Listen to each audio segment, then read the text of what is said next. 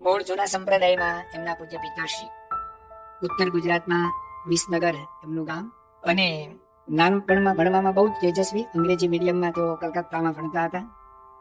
જ્યારે ભણતા હતા ત્યારે જ એ વખતે એમના પૂજ્ય પિતાશ્રી એક માજા મરકાટ, એક્ઝેક્ટ કદાચ નામ ખોટું પણ હોય, મજા માર્કા એ નામની એક ઘીની બહુ મોટી કંપની હતી, એમાં પાર્ટનરશિપ હતી એમની. એટલે એને કારણે એ વખતે બહુ જીતતો ધંધો હતો. એટલે ગર્ભ શ્રીમંત કુટુંબમાંથી તેઓ આવે છે. 1957માં બોચાસણમાં યોગીજી માના એમને પ્રથમ દર્શન થયા, અને દર્શન કરવા માટે ગયા ને તેઓ લખે છે કે હું 2 મહિના વેકેશનમાં એમની સાથે રહી ગયો. યોગીજી મહારાજનું દિવ્ય આકર્ષણ કહો કે એમની મુમુક્ષુતા કહો. તેઓ નિખાલસ ભાવે ઘણી વાર એવું કહેતા હતા કે હું જ્યારે યુવાન અવસ્થામાં હતો ને ત્યારે બહુ રજોગુણી હતો, ને સુખી સંપન્નના દીકરા છે, શહેરમાં ઉછાર થયો હોય એટલે રજોગુણ એટલે કે ખોટી સોબત સંગ એવું નહીં, પણ પૈસાની રેલમછેલ હોવાને કારણે મોજ શોખ, ખાવું પીવું, નાટક ચેટક જોવું, એવું બધું જ. તો એવો યુવાન પ્રથમ દર્શન કરવા માટે જાય છે. એ આજથી લગભગ આપણે 65 વર્ષ પહેલાની સંસ્થાની સ્થિતિ, પરિસ્થિતિ, મંદિરોની રહેવા જમવાની વ્યવસ્થા, એ બધું જોઈએ ને તો એવું લાગે કે આવા ભણેલા ગણેલા અને સુખી સંપન્ન દીકરાઓ છે ને 2 મહિના રહેવું છે એવું દ્રઢ નિર્ધાર કરીને આવ્યા હોય તો પણ 2 દિવસ ન રહે. ગમે તેટલો દ્રઢ નિર્ધાર કરીને આવ્યા હોય તો પણ 2 દિવસ પણ ન રહે એવી મંદિરોની સ્થિતિ, પરિસ્થિતિ હતી. એમાં યોગીજી મહારાજ 2 મહિના બોચાસણમાં જ નથી રહ્યા.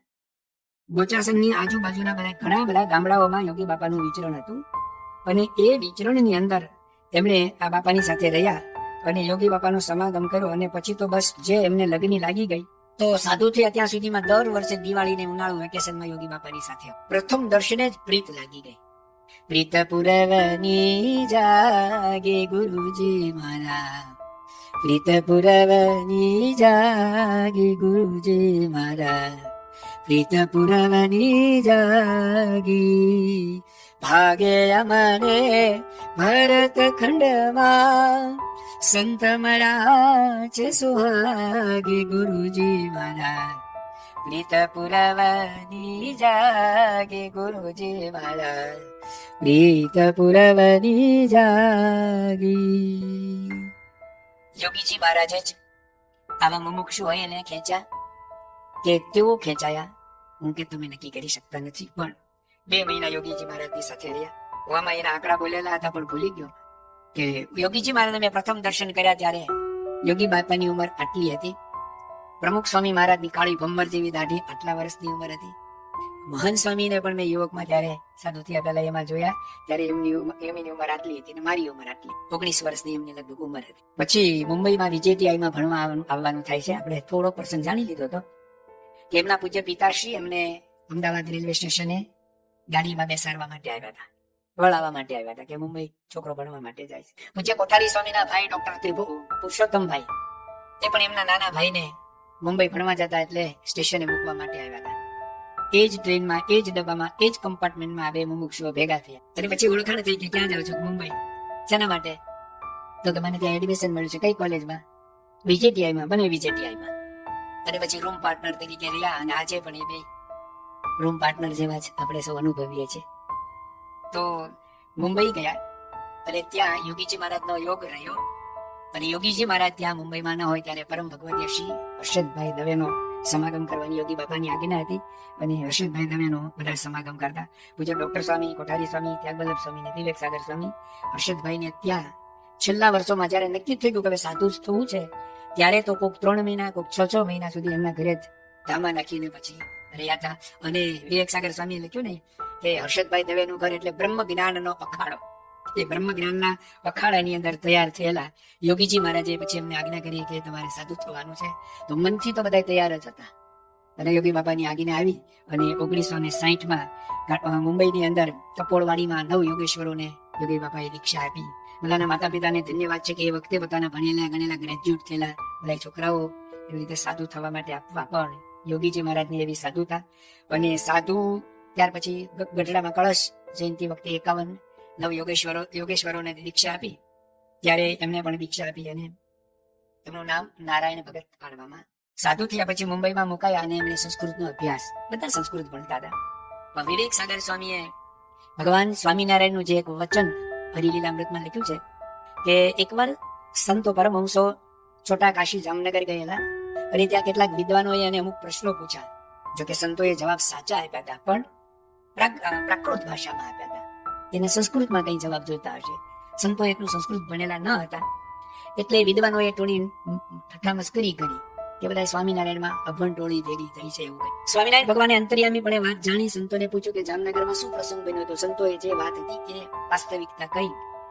શ્રીજી સ્વામી કહે, સુસંતય મને વિદ્યા ભણે તે ગમે, માટે સ્નેહ સમિત નિત્ય ભણજો વિદ્યા વિશેષે તમે. પુષ્ટિ સંતત સંપ્રદાય તણીતો વિદ્વાનથી થાય છે, જો વિદ્વાન ન હોય સાધુ જન તો તે પંથ નિંદાય છે. મહારાજે બધા પરમહંસોને કહ્યું કે તમે બધા વિદ્યા ભણો, સંસ્કૃત ભણો.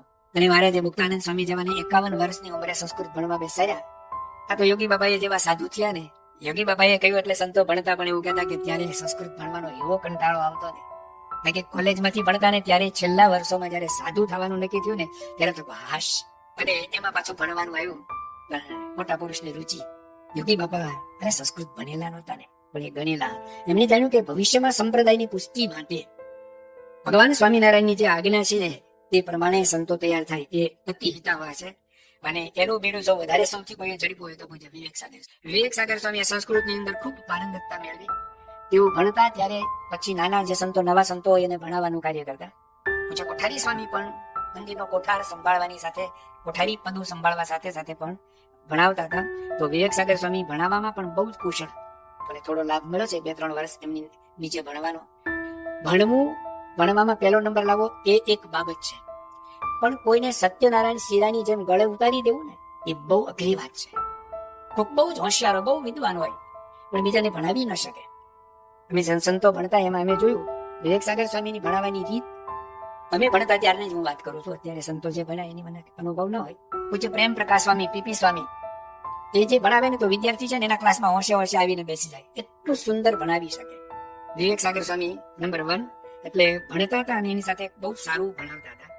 એની સાથે સાથે બહારના જે વિદ્વાનો હોય એની સાથે પણ બહુ સારા સંબંધ રાખે. કોઈ પણ ધર્મના, જ્ઞાતિના, ગમે તે કોઈ પણ વિદ્વાનો હોય તો એની સાથે બહુ સારા સંબંધ. ભારતીય વિદ્યા ભવનના ઉપકુલપતિ ભાઈ શંકરભાઈ પુરોહિત ને બીજા બધા પંડિતો, શાસ્ત્રીઓ સાથે ખૂબ સારો ગૌરવ અને સારા સંબંધ. તેઓ પીએચડી થયા ત્યાં સુધીમાં પછી યોગી મહારાજ કે પ્રમુખ સ્વામી મહારાજ સાથે વિચરણ નથી કરતા. એ ભણે જ છે, ભણાવે જ છે. એ દરમિયાનમાં પણ જૂના મંદિરની અંદર એક બહુ જ પ્રકાંડ પંડિત, બહુ મોટા વિદ્વાન જુનાગઢની અંદર કૃષ્ણવલ્લભાચાર્ય છે.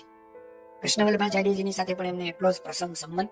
એમની પાસે જઈને કલાકો સુધી બેહે, પણ એમની પાસે જે કઈ સત્વ તત્વ સારું હોય એ જાણી લે.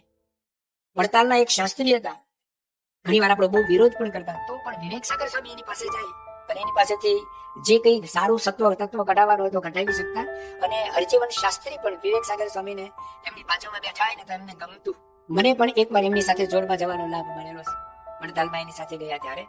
તો અને એવી જ રીતે જૂના સંપ્રદાયમાં આવવાથી અમદાવાદ મંદિરના નરનારાયણ દેવના એ વખતના મહંત દેવચરણ સ્વામી હતા, એમની સાથે તો એને બહુ સારા સંબંધ હતા. એટલે જૂના સંપ્રદાયના જે એવા વિદ્વાન સંતો હતા એની સાથે પણ એ સારો સંબંધ અક્ષર પુરુષોત્તમ સંસ્થામાં હોવા છતાં પણ રાખતા. એનું જે સારું કાર્ય હોય એ વખાણદાન કરતા. આનો ભદ્ર કર્તવ્ય યાંતુ વિશ્વતઃ, ઉપનિષદનો જે મંત્ર છે એ પ્રમાણે ક્યાંયથી પણ સારું હોય તો એ ગ્રહણ કરતા. એટલે વિદ્વાનો અને સ્વામિનારાયણ સંપ્રદાયના વિદ્વાનો પાસેથી એ સાર ગ્રહણ કરતા. એની સાથે સાથે મુંબઈની અંદર લાઇબ્રેરી, ત્યાર પછી સંસ્થામાં જે લાઇબ્રેરીઓ થઈ મુંબઈમાં, એ જે જગ્યાએ રહેતા હતા બહુ જ નાની રૂમ, એમના માટે એકલા માટે નહીં પણ લાઇબ્રેરીની રૂમ બહુ જ નાની રૂમ. આમ તો આખું અક્ષર ભવન જ નાનું હતું, એટલે એક ફ્લોરની અંદર 60 સાધુઓને રહેવાનું. પણ એમાં પણ એમણે મુંબઈની લાઇબ્રેરીમાં 5000 જેટલા સંસ્કૃત અને પ્રાકૃત સાહિત્યિક બધા પુસ્તકો વસાવેલા.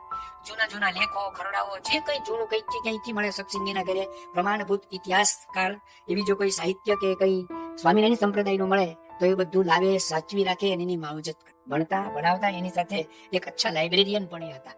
લાઇબ્રેરીના બધા પુસ્તકોને સરસ મજાના પૂઠા કરવા અને કોઈ ભણે લાવીને લઈ જાય મૂકવું બધું જ એકલા હાથે કરતા. એટલે વિવેક સાગર સ્વામી ભણાવ્યા ત્યાં સુધી એવું કહેવાય તો કહી શકાય કે એમને સાહિત્યમાં છે ને એ અત્યંત ઊંડા ઉતરી ગયા હતા. આપણે એમને જાણ્યું ને કે તો વિજ્ઞાન ટેકનોલોજીના વિદ્યાર્થી હતા, પણ યોગી બાપાએ એમને આજ્ઞા કરી તો મેઘાણી કૃત અને બીજા સારા કનૈયાલાલ મુનશી જેવા સૌરાષ્ટ્રની રસધારને એવા બધા સાહિત્યિક પુસ્તકો પણ ખૂબ મોટા પ્રમાણમાં વાંચેલા. એટલે એમના લેખનની અંદર આપણને આવી બધી છાપ પણ આજે જોવા મળે છે. તો આવો એમણે ઊંડાણપૂર્વકનો અભ્યાસ કર્યો. તેઓ જ્યારે સત્યાગી થયા ને ત્યારે એમને પાર્ષદ અવસ્થામાં 20 વર્ષ સુધી રહેવાનું થયેલું છે. 1960 એને દીક્ષા લીધી. 61 તે 81 ભગવાન સ્વામિનારાયણ દ્વિશતાબ્દી પ્રસંગે પ્રમુખ સ્વામી મહારાજે ક્રાંતિ કરી અને બધી જ્ઞાતિના બધાને સાધુ બનાવ્યા.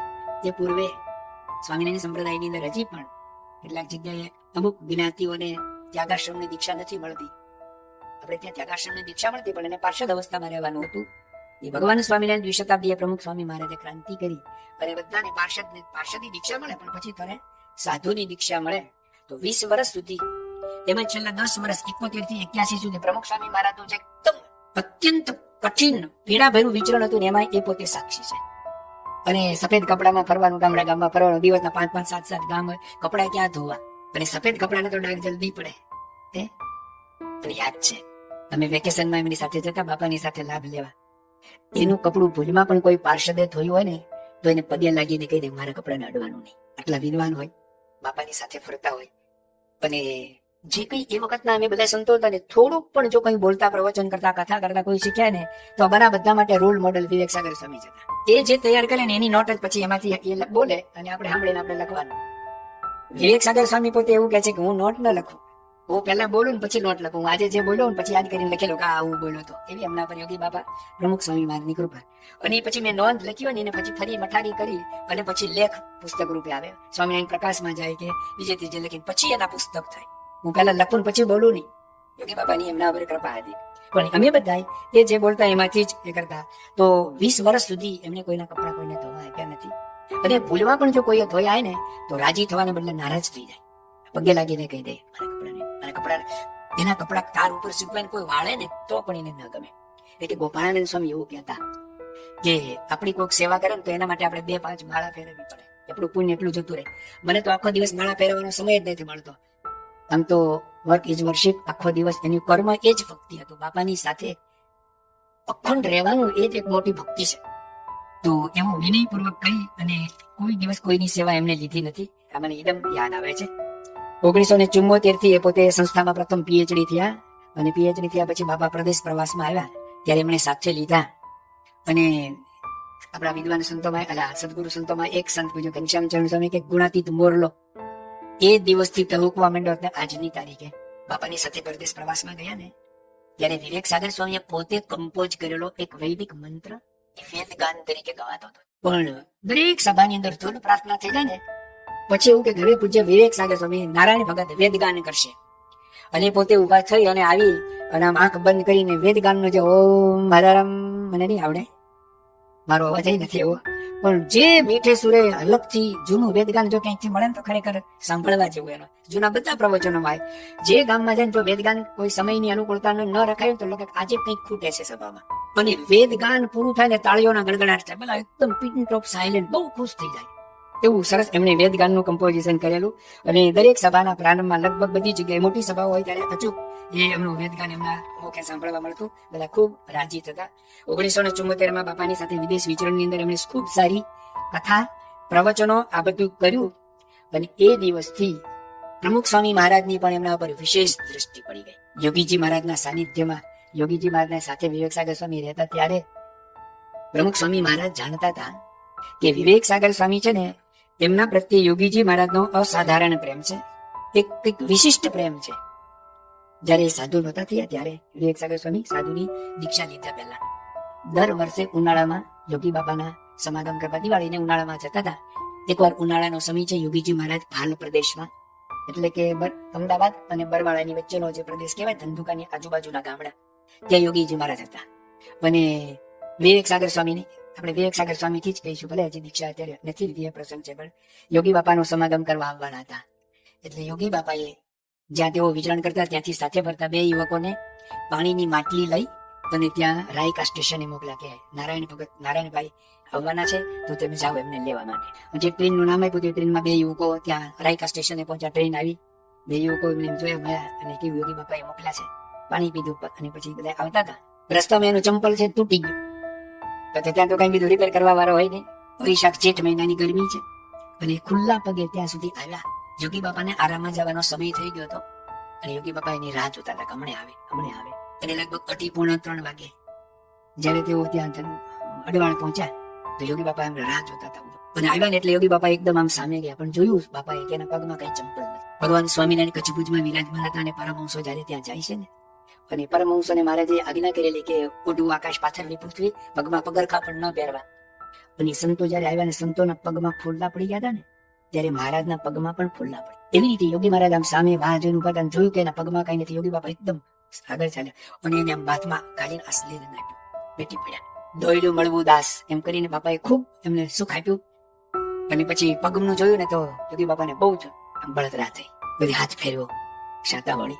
અને વિવેક સાગર સ્વામી કે મને જે કઈ પગમાં ગરમી લાગી હોય કે જે થયું, યોગી બાપાનો શીતળ સ્પર્શ થયો ને બધું યોગી બાપાએ એમને અસાધારણ પ્રેમ આપ્યો. બીજો પ્રસંગ, સુખી ઘરના દીકરા હતા એ આપણે તો જાણી લીધું છે. સાધુ થવાને એક થોડોક સમય હજી બાકી, 1 વર્ષ વાર છે. એ પહેલા એવું લખે છે કે એકવાર હું બાપાનો સમાગમ કરવા માટે ગયો હતો અને વેકેશન પડતું હતું. આવતીકાલે સ્કૂલ કોલેજ ખોલવાની હોય તો આજે મેં અહીંથી નીકળ્યો યોગી બાપા પાસેથી. ત્યાં સુધી છેલ્લે સેકન્ડ સુધી બાપાની સાથે હોઈએ. અને આજે મારે હવે યોગી બાપા પાસેથી છૂટું પડવાનું હતું. તો યોગી બાપાને પણ મનમાં હતું કે આજે નારાયણભાઈ જાય છે, આજે નારાયણભાઈ જવાના, આજે નારાયણભાઈ જવાના. યોગી બાપાએ જાતે રસોડામાં જઈ પૂરી અને સૂકી ભાજીનું ભાતું તૈયાર કરી આપ્યું. વિવેક સાગર સ્વામી લખે છે કે યોગી બાપાએ એક ટોપલીમાં સરસ મજાની બધી પૂરી ગોઠવી અને એક ડબ્બામાં કે શાક સૂકી ભાજી આપી. પછી એ ટોપલીને બાંધવા માટે આવું ભગવું ગાતે કપડું જે સંતોએ પહેરી લીધું ને ધોતિયાથી આમ બાંધી દીધું સરસ મજાનું. અને અમને સ્ટેશને મૂકવા માટે ઘોડાગાડીની વ્યવસ્થા કરી. હું ઘોડાગાડીમાં બેઠો, યોગી બાપા નીચે છે. પટલાદરા મંદિરના દરવાજા સુધી છેક વળાવવા આવ્યા. અને પછી અમારે ઘોડાગાડી દરવાજાથી બહાર ગઈ, યોગી બાપા ઉભા રહ્યા. અમારી ઘોડાગાડી જ્યાં સુધી દેખાતી એટલે અમે પણ યોગી બાપાના દર્શન કરતા રહ્યા. તો જોયું યોગી બાપા હજી ઉભા છે. એકબીજાના દર્શન બંધ થાય એટલે પછી તો યોગી બાપા જતા રહ્યા છે.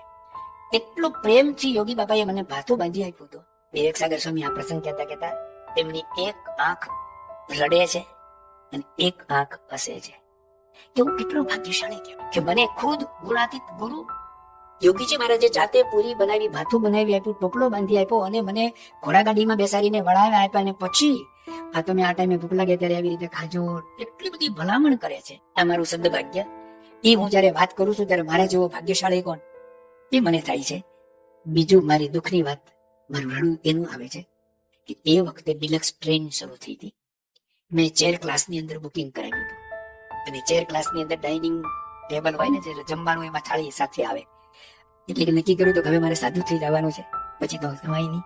એટલે આ વખતે ચેર ક્લાસમાં ફર્સ્ટ ક્લાસમાં જવું અને ડાઇનિંગ ટેબલ છે ત્યાં જ જમવું એવું નક્કી કર્યું હતું, બધું પ્લાનિંગ કર્યું હતું. એટલે હું સ્ટેશને ગયો અને ચેર ક્લાસમાં જ બેઠો. અને આ જે ટોપલી સાથે લીધી હતી ને એ પછી ઈશ્વરચંદ્ર સ્વામીના નાના ભાઈ પ્રદીપ મને લાગે સાથે હતા. તેને પ્રદીપને આપી દીધી, લે પ્રદીપ આ પ્રસાદી છે. એટલે કે મને એનું દુઃખ છે કે મારી નાનાનીમાં મારાથી યોગી બાપાએ આ તૈયાર કરેલું ન અપાયું. અને પણ યોગી બાપા એમને આવો પ્રેમ કરે. આવા તો અનેક પ્રસંગો છે વિવેક સાગર સ્વામીને યોગી બાપાના પ્રેમના. 1970 યોગી બાપા પરદેશ પ્રવાસમાં ગયા ત્યારે મને સંતોને લઈ ગયા હતા સાથે. એમાં વિવેક સાગર સ્વામી, નારાયણ ભગત હતા. વાત કરે છે કે માંજાની અંદર બાસુદી બનાવી હતી રસોઈમાં, દૂધ પાક હોય એવી રીતે બાસુદી હોય. અને યોગી બાપાએ બધાને પીરસી, પ્રમુખ સ્વામી મહારાજને પીરસી, વિવેક સાગર સ્વામી કે મને પીરસી, ડોક્ટર સ્વામીને, મહાન સ્વામીને, ઈશ્વરચંદ્ર સ્વામી, બધા સંતો જે સાથે હતા બધાને પીરસી. બાસુદી ખૂટી ગઈ. એટલે બીજી પંગતમાં જે જમવાના સંતો હોય ને બાસુદી રહી નહીં. અને પછી ખબર પડી કે બાસુદી ખલાસ થઈ ગઈ છે. પણ તો બાપાએ કીધું આવતીકાલે ફરી બનાવજો. આવતીકાલે તો ફરી બનાવવાની. પણ આજે યોગી બાપાએ જે બાસુદી પીરસી ને વિવેક સાગર સ્વામી કે લખે છે કે એ બાસુદી ખાવાથી પ્રમુખ સ્વામી મહારાજ અને મને, એટલે કે વિવેક સાગર સ્વામી, અમને બેને ઝાડા થઈ ગયા. એટલે 2-4 વાર ઝાડા જવું, ટોયલેટ જવું પડ્યું. એટલે બીજે દિવસે બાસુદી બનાવીને અને બપોરે યોગી બાપા ઠાકોરજી જમાડવા બેઠા ને, પ્રમુખ સ્વામી મહારાજ તો એમના ઓલા પ્રમાણે જવું પડે એટલે ગયા, હું ગયો જ નહીં. કે આજે બનાવી છે તો યોગી બાપા તો દરરોજ પીરસે. સંત જમાડવા આદરે આવે, એક હાથે કેણે એક લોડાવે. અને યોગી બાપાની પણ મહારાજના જેવી જ રીતે હતી. લીએ ન લીએ દીએ પરાણે, હરી પીરસે હાથડે, નાના પાડે ઠામ સંભાળે તેનો રેડે માથડે. યોગી બાપા બહુ પ્રેમ કરીને જમાડે. એટલે વિવેક સાગર સ્વામી કે હું તો ગયો જ નહીં. અને બધા જમવા બેઠા ને યોગી બાપાએ એમ જોયું કે નારાયણ ભગત ક્યાં છે. તો કોઈ બોલાવા ગયું ને તેમણે કહ્યું કે જો મારે જમવું નથી, મારે નથી જમવું. એટલે હું તો યોગી બાપાએ ફરી મોકલે કે જાવ જમવું હોય તો આવે. એટલે એમને કહ્યું કે મારે જમવું જ નથી.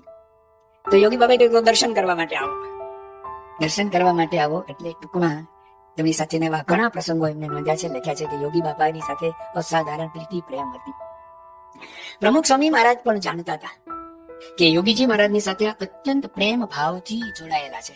એટલે 1974 પ્રમુખ સ્વામી મહારાજ સાથે વિદેશ વિચરણની અંદર એને કથા પારાયણ પ્રવચનો કર્યા અને બાપાની એમના પર વિશેષ દ્રષ્ટિ પડી ગઈ. પણ એ દિવસથી બાપાએ એમને પોતાની સાથે લીધા. તો બાપાએ છેલ્લો શ્વાસ છોડ્યો ત્યાં સુધી વિવેક સાગર સ્વામી પ્રમુખ સ્વામી મહારાજના પડછાયો બનીને એમની સાથે ને સાથે એમને વિચરણ કર્યું. યોગી બાપાની સાથે તેઓ ફરતા ત્યારે યોગી બાપાએ એમને કહેલું કે આ બધું જ તમારે લખી લેવું. મને તમને બધાને કોઈનું લખેલું વાંચવું ગમે, પણ આવા વિચરણની અંદર, આવા ભેડાની અંદર એ ડાયરીઓ લખવી. વિવેક સાગર સ્વામીને આપણે જેટલા ધન્યવાદ આપીએ એટલા ઓછા છે. એમણે યોગીજી મહારાજની આમ તો એના હાથની અંદર લખેલી તો 200 થી વધારે ડાયરીઓ હતી. પછી એને ફેર કરી તો 80 ડાયરી થઈ. એ પોતે જ પોતાની વાત કરે કે મારા અક્ષર ગાંધીજી જેવા કોઈને ના ઉકલે, મને પોતાને ના ઉકલે. એમણે પોતે થીસીસ લખીને એમાં લખ્યું હતું કે મારી થીસીસ લખવામાં મારા આસિસ્ટન્ટ કોઠારી સ્વામી, આસિસ્ટન્ટ તો ના કહેવાય આમ પણ, એટલે કોઠારી સ્વામી એ બધું એ બોલે ને એના અક્ષરમાં કોઠારી સ્વામી ને એમના બધા અક્ષર ઉકલે. કારણ કે બે સાથે પહેલેથી રહ્યા છે ને, ગમે તેવા રફ લખેલા હોય ને તો કોઠારી સ્વામીને ઉકલે કે આ જ લખેલું છે. એટલે એમને આખી થીસીસ જે કોઠારી સ્વામીએ સારા ફેર અક્ષરમાં લખી આપી છે.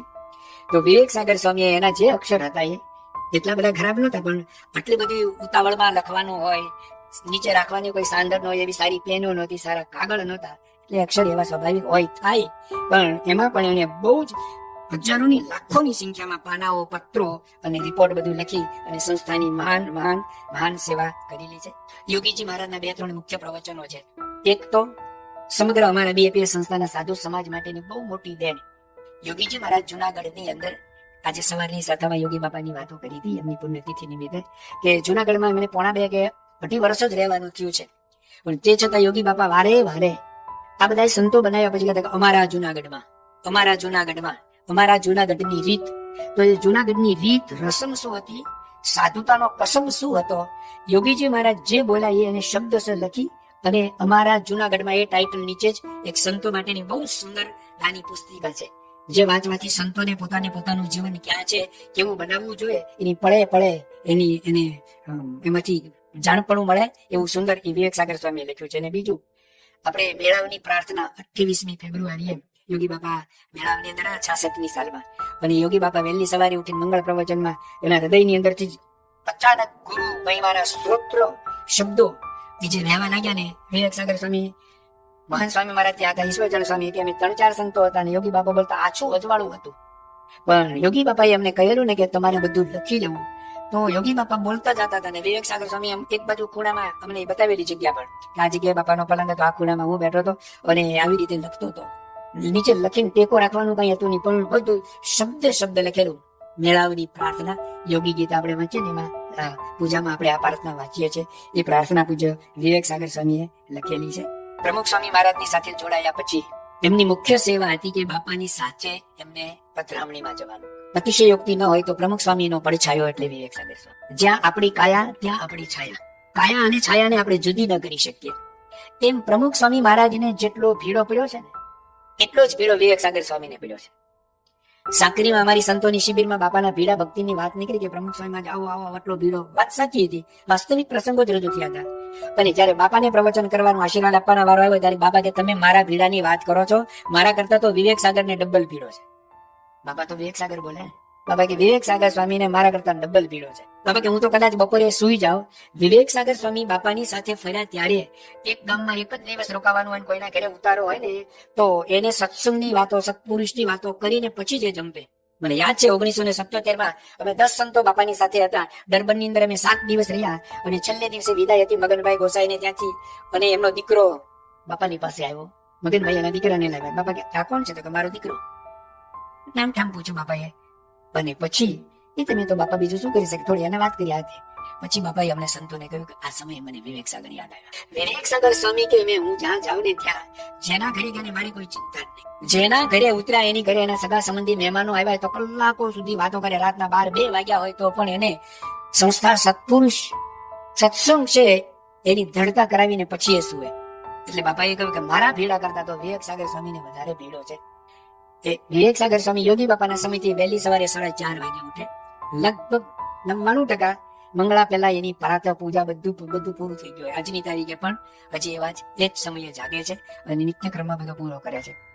અને ત્યાર પછી બાપાની પ્રત્યેક ક્રિયાની અંદર એને સાથ પણ આપવાનો અને સાધકની તરીકે સાધના પણ કરવાની. આટલા વર્ષથી સાથે કરવા છતાં પણ બહુ વર્ષો પછી, એટલે કે બાપાની સાથે લગભગ 35 વર્ષથી ફરતા તો મુંબઈની અંદર એકવાર, ત્યારે બાપા પ્રમુખ સ્વામી મહારાજ 12 વાગે આરામમાં જતા હતા.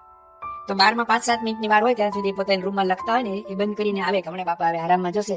તો છેલ્લે પોઢે પ્રભુ સકલ મુનિ કે શ્યામ દર્શન કરવા આવે. સવારે ઉઠે ત્યારથી આખો દિવસ પડછાયાની જેમ સાથે જ હોવા છતાં પણ પ્રમુખ સ્વામી મહારાજના પોઢે પ્રભુ આરામમાં જતા છેલ્લા દર્શન કરવા માટે, જાણે પહેલી વાર તમે પરદેશથી બાપાના દર્શન કરવા ગયો જેટલી આતુરતા અને ઉતાવળ હોય એવી આતુરતા અને ઉતાવળથી વિવેક સાગર સ્વામી રૂમમાં આવે અને આમ બાપાના દર્શન કરતા. બાપાની પાસે દર્શન કરવા માટે આવ્યા, મીટિંગ ચાલુ હતી અને સેવકોએ આમ બારણું ખોલીને બધું કરે ને, તો બાપાએ કહ્યું હજી મારી મીટિંગ પોણો કલાક કે કલાક ચાલશે, બધા હોઈ જાઓ. આમ જો તો આજ્ઞા થઈ કે આ તો દરરોજનું છે તો શું કરવું. મારા જેવા કેટલાય આજ્ઞા પાળી લીધી. વિવેક સાગર સ્વામીએ સાંભળી લીધી. પાછા લખવા ગયા અને જીદ કરી તો પોણો કલાક કે કલાક, તો પોણો કલાકે ફરી પાછા આવીને ઉભા રહ્યા. આ વિવેક સાગર સ્વામી શ્રદ્ધાવાન લભતે જ્ઞાનમ. 2-3 દિવસ સમાગમ કરવા માટે છે ને તો સારું, અથવા બાપા અહીંયા 7 દિવસ રહ્યા ને ત્યારે આપણને બહુ મજા આવી હતી. પણ 8મે દિવસે બાપા ગયા ને આપણે બધા લાંબા ખોડ તાણીને હોઈ ગયા હતા. હાશ કે આજે ખેંચી લો. પ્રીત કરે પુરુષોત્તમ સાથે નિત્ય નવી. દરરોજ નિત્ય નવી ને નવી શ્રદ્ધા રહેવી, આવો ભાવ રહેવો ને. મને પોતાને એવું લાગે છે એમના જીવનમાં એમની સાથે રહ્યા છીએ, જોયું છે તો પણ અઘરું લાગે છે. બોલવું, વાત કરવી, વર્ણન કરવું સહેલું છે, પણ એવું વર્તન કરવું અઘરું છે. વિવેક સાગર સ્વામીના જીવનમાં સાથે રહેનાર બધા સંતોએ અનુભવ્યું છે કે આ શ્રદ્ધા એમની પહેલે દિવસે હતી એવી ને એવી છેક છેલ્લે દિવસ સુધી એમની રહી. દરેક ગામની અંદર જાય બાપા, અત્યારે આપણે કેવું હોય તો એવું કહેવાય કે સંપ્રદાયનો એન્સાઇક્લોપીડિયા એટલે પૂજ્ય વિવેક સાગર સ્વામી. આ વખતે આપણને બધાને અનુભવ થયો અમેરિકા વાસીઓને. પૂજ્ય વિવેક સાગર સ્વામીએ દરેક રિઝનની અંદર 2-3 દિવસ હરિભક્તોની સાથે મીટિંગ એટલે કે સભાઓ રાખી હતી ને, આમ બેઠા હોય ને તો તરત જ એક તો એમણે ત્યાંથી જ પહેલા તો જે રિઝનની અંદર જે તે કોઠારી હોય ને એને કહ્યું હતું કે આને બધાને બોલાવજો બધાને. અને પછી એને યાદ આવે ને તો પાછા 5-15 નામ લખીને મોકલી દે કે આને આ હતા, અહીંયા હતા, અહીંયા હતા. અને અહીંયા પછી એક સાથે આટલા બધા બેઠા ને ઓલામાં જોવે ને તો તરત કહી દે કે આ ગામ આનું આ સ્થાનિક કોઠારી ન ઓળખતા, સ્થાનિક ઓલાને નામ કદાચ ખબર હોય, કોકને કઈક ખબર હોય. વિવેક સાગર સ્વામી એનો કુળનો કુટુંબનો બધાનો ઇતિહાસ જેવી રીતે પ્રમુખ સ્વામી મહારાજ આખી વંશાવળી બોલી છે ને, 2-3 4 પેઢીના નામ બોલે, એના વેવાયકો ને બેનો દીકરીઓ ક્યાં પરણાવીને એના સગા સંબંધી બધું જ આમ ફટાફટ બોલવા માંડે. એટલે કે સંપ્રદાયનો બોલતો ચાલતો ઇતિહાસ અને એન્સાઇક્લોપીડિયા, સંપ્રદાયનો એન્સાઇક્લોપીડિયા. સાંપ્રદાયિક જ્ઞાન સંબંધી, શાસ્ત્ર સંબંધી, ઇતિહાસ સંબંધી, ભગવાન સ્વામીના તીર્થો, જ્યાં જ્યાં ભગવાન સ્વામિનારાયણ વિચરાય તીર્થોની માહિતી જોતી હોય ને તો આપણે બીજે ક્યાંય જવાની જરૂર નહીં. એક જ વ્યક્તિને પૂછો તો ઓલ ઇન વન, એક જ જગ્યાએથી આપણને બધું જ મળી જાય. તો બાપાની સાથે વિચરણમાં એકવાર હું સાથે હતો અને વિવેક સાગર સ્વામી બાપાની સાથે જે પધરામણીનો થેલો લઈને ફરે ને, આપણે એ થેલો ઉપાડવો છે ને આમ ગમે એના માટે પ્રેસ્ટિજિયસ કહેવાય કે બાપાની સાથે હું થેલો લઈને ફરું. પણ તું ફર ને ત્યારે તમને ખબર પડે કે 12 કિલો વજન ન હોય. અને 2-1 કલાક થાય ને, મને યાદ છે, હું તો મારો પ્રસંગ એની હારે કહું છું કે મેં થેલો લઈને ઉપાડવા લાગ્યો. આમ તો 99% કોઈને આપે જ નહીં, પણ બહુ આગ્રહ કરો તો પછી બાપાની સાથે હોય વળી આપે ઉપાડવા. બપોર સુધી આપણે ઉપાડીએ ને, બપોરે બાપા જમવા આવે ને ત્યારે બીજા સંતો છે સાથે લાભ લેવાય ને, એ બાપાની સાથે બહુ મજા આવે છે. તું જા ફરે એટલે બીજા સંતને આપણે પકડાવી દઈએ ને આપણે બપોર સુધીમાં જ આપણી પરીક્ષા થઈ જાય. આપણે ક્યાં છીએ? 40 વર્ષ સુધી બાપાની સાથે આવી રીતે ફર્યા. એને કોઈને થેલો પકડાયો નથી. અને ન પકડાવે એનું કારણ કે એમના થેલાની અંદર બાપા પાણીની બોટલ માગે, કે નાના છોકરાને લટ લેવાની કાતર માગે, કંઠી માગે, માળા માગે, પ્રસાદીના પુષ્પ માગે, કે કોઈ એવું સાહિત્ય માગે, કોઈ બહારના જોડે આવ્યો તો તમે એના થેલામાં આંખ બંધ કરીને આમ જોડે ને, જેમ હાર્મોનિયમ વર્ષોથી વગાડતો ને તે ઉપર જ એની આંગળીઓ જાય, એવી રીતે વિવેક સાગર સ્વામી એના થેલામાં હાથ નાખે તો બધી વસ્તુ એને ખબર પડે. અને મારા જેવાને આપતા જ ટાઈમ લાગે એટલે પછી એ ભાવે નહીં. તો એને કોઈ દિવસ એ થેલાની સેવા એમણે વર્ષો સુધી બાપાની સાથે રહી અને આવી રીતે કરી. અને જે ગામમાં ગયા એ હરિભક્તોના નામ ઠામ હમણે છેલ્લા ઘણા સમયથી એટલે કે લગભગ 2 વર્ષથી મારા ખ્યાલ પ્રમાણે 60 પ્રવચનો એને આપ્યા છે સંતોની સભામાં. સંતો એટલે સારંગપુરમાં છે અત્યારે સંતો. સારંગપુરમાં તેઓ આ કોરોના કાળ દરમિયાન રહ્યા ત્યારે એ દરમિયાનમાં એમણે બાપાની સાથેનો વિચરણની વાતો બધી કરી છે. જે ડાયરીમાં લખ્યો ને એની પાછી અમને બધાને વાત કરતા હતા. શું વાતો કરી છે? અને વાતોની અંદર વિશેષતા તો એ આવી કે ભાઈ બાપા આ ગામમાં ગયા, આવો કોઈ પ્રસંગ બન્યો, એ કે તો વાત સાચી છે. પરંતુ એ ગામની અંદર પ્રમુખ સ્વામી મહારાજે કંઈક વાત કરી હોય, કોઈ વિશિષ્ટ અર્થ કર્યો હોય, વચનામૃત નિરૂપણ કર્યું ને એમાં કંઈક વિશિષ્ટ અર્થ કર્યો તો આખો શબ્દ લખ્યો છે. પૂજ્ય વિવેક સાગર સ્વામીએ બાપાની લખેલી ડાયરીઓમાંથી એમણે પોતાની લખેલી નોંધોમાંથી એક બે ડાયરી નાની એવી, નાની એટલે આટલી મોટી પણ નોટની, ફક્ત એમાં પ્રમુખ સ્વામી મહારાજના ઉપદેશ. લૌકિક રીતે હું કહું છું કે કોઈ પ્રમુખ સ્વામી મહારાજ શું છે એ ન જાણતા હોય, કોણ છે ન જાણતા હોય, અને પ્રમુખ સ્વામી મહારાજ પ્રવચન કરે ને વિવેક સાગર સ્વામી એક સભામાં પ્રવચન કરે ને તો એને એવું લાગે કે આ તો ખરેખર જબરજસ્ત વિદ્વાન છે. વિવેક સાગર સ્વામીની પ્રવચન કરવાની કળા, યોગી બાપા પ્રમુખ સ્વામી મહારાજને એના ઉપર 4 હાથ ગણો કે એની મહેનત કરો. પણ પ્રાસંગિક પ્રવચન કરવાનું હોય, વાર તહેવાર ઉત્સવ સમયા હોય, અથવા તો કોઈ બારે વિશિષ્ટ સભા હોય, કોઈ વિશિષ્ટ રીતે કઈ આયોજન થયેલું હોય અને ત્યાં આગળ પ્રાસંગિક પ્રવચન કરવામાં તો એ મહાન કહેવાય. એના જેવું કોઈ પ્રવચનકાર આપણે છે એટલું સુંદર પ્રવચન કરી શકે. અને પ્રમુખ સ્વામી મહારાજ તો તમે કહે ને, અમારે ઘનશ્યામ ચરણ સ્વામી કહે ને, કાચો ચણા અને શેકેલા ચણા વાવવા હોય તો કયા ઉગે. ભલે બાપા સાવ સાદી સરળ ભાષામાં બોલે ને, પણ એ કોકની સામે જોવે, કોઈકને બોલે ને કે સાદું થાય તો એ સાદું થઈ જાય તરત. પણ પ્રમુખ સ્વામી મહારાજની એવી સાદી સરળ વાણી ભાષામાં પણ કંઈક એવું સૂત્રાત્મક, સત્યાત્મક, સિદ્ધાંતિક વાક્ય આવે ને એની ડાયરીમાં લખ્યું, એઝ ઇટ ઇઝ લખ્યું હોય. એમની સાથે બીજા મહાનુભાવો કોઈ આવ્યા હોય, મળવા મુલાકાતીઓ આવ્યા હોય, એના જીવનમાંથી કઈ ઉદ્ગાર નીકળી ગયો હોય, પ્રમુખ સ્વામી મહારાજ માટે કઈક બોલાયું હોય, સારું બોલાયા ને, તો વિવેક સાગર સ્વામી એઝ ઇટ ઇઝ એને એ જે બોલ્યા ને એ જ કેટલીક વાર છેલ્લે બાપાની બાજુ એક નાનું ટેપ રેકોર્ડ પણ મૂકતા હતા. બાપા જે બોલાય એમાં આવી જાય. તો કોઈ મહાનુભાવ આવ્યા ને બાપાની સાથે બોલ્યા, એમાં જે ટેપ થયું હોય ને, વિવેક સાગર સ્વામીની ડાયરીમાંથી વાંચો તો એઝ ઇટ ઇઝ એ જ એક શબ્દ કાનો માત્ર વધારીને ન લખે. આ બ્રહ્મની વાણી કહેવાય, એ બ્રહ્મનાદ કહેવાય. તેમાં મારે તમારે કઈ સુધારો કાનો માત્રનો કઈ ના કરાય. મહંત સ્વામી મહારાજ 2017 માં આવ્યા ને તો એમને લખ્યું, આપણું સંપેલું પરિવાર, આપણું સંપેલું પરિવાર. બધા વાંચે તો શું કહે, શું હોવું જોઈએ? આપણો સંપેલો પરિવાર, બરાબર? આપણો સંપેલો પરિવાર. મહંત સ્વામી મહારાજે લખ્યું, આપણું સંપેલું પરિવાર. આપણે કઈ ફેરફાર ન કર્યો, બ્રહ્મ વાક્ય બ્રહ્મના અક્ષરે લખાયું છે, બ્રહ્માક્ષરમ. વિવેક સાગર સ્વામી બાપાની સાથે પડતા પીએચડી થી આટલા વિદ્વાન હોવા છતાં પ્રમુખ સ્વામી મહારાજના શબ્દમાં કાના માત્રનો એ સુધારો ન કરે. આટલું એને બાપાનો બ્રહ્મ ભાવનો મહિમા સાક્ષાત્કાર કે બ્રહ્મ વાક્ય કહેવાય, એમાં મારાથી કોઈ સુધારો થાય નહીં. તો બાપાની સાથે ફરીને બાપાના શબ્દો પ્રવચનો એમને લખ્યા, એનો પ્રવાસ લખ્યો. અને રામાયણમાં જેમ એક સુક્તિ એટલે કે ચોપાઈ છે, એ ચોપાઈને વિવેક સાગર સ્વામીએ સાર્થક કરી. ચોપાઈ શું કે છે? રામ સિંધુ ગન સજન ધીરા, ચંદન કરુ હરિ સંત સમીરા. રામ સિંધુ ભગવાન છે ને દરિયા જેવા છે, પણ વાદળા છે ને એ દરિયાના મીઠા પાણીને, ખારા પાણીને મીઠું બનાવે. ભગવાન રામ છે ને એ ચંદનનું વૃક્ષ છે, પણ પવન છે ને એ ચંદનના વૃક્ષની સુગંધ બહાર સુધી લઈ જાય. પ્રમુખ સ્વામી મહારાજ આવા ગુણાતીત પુરુષ છે, બ્રહ્મી સ્થિતિ છે, એશા બ્રાહ્મી સ્થિતિ જે કઈ છે તે એની જન સમાજ આપણા સૌની સમક્ષ પ્રગટ કરાવવામાં સૌથી મોટો જો કોઈનો ફાળો હોય ને તો પૂજ્ય વિવેક સાગર સ્વામી. મહંત સ્વામી મહારાજ વિવેક સાગર સ્વામી માટે બોલ્યા છે, એકની એક વાત દિવસમાં 2, 4, 5, 10 વાર કરવામાં વિવેક સાગર સ્વામી એટલા જ ઉત્સાહથી વાત કરે. તમે એક દિવસ કરે. મેં અત્યારે પ્રવચન કર્યું ને આજે, એની અમારે સાંજે કરવું ને તો મારો ફ્યુઝ ઉડી જાય. આ તો અમે બેઠા હતા ને, વિવેક સાગર સ્વામી એ નથી જોયું. આપણે બેઠા ને આપણે ભાઈ આપણને લાગે કે આપણે સાંભળીએ છીએ, આપણે આદિ વ્યાધિ ઉપાધિમાં કઈ સાંભળતા જ નથી. સમજવાની તો વાત જ ક્યારે.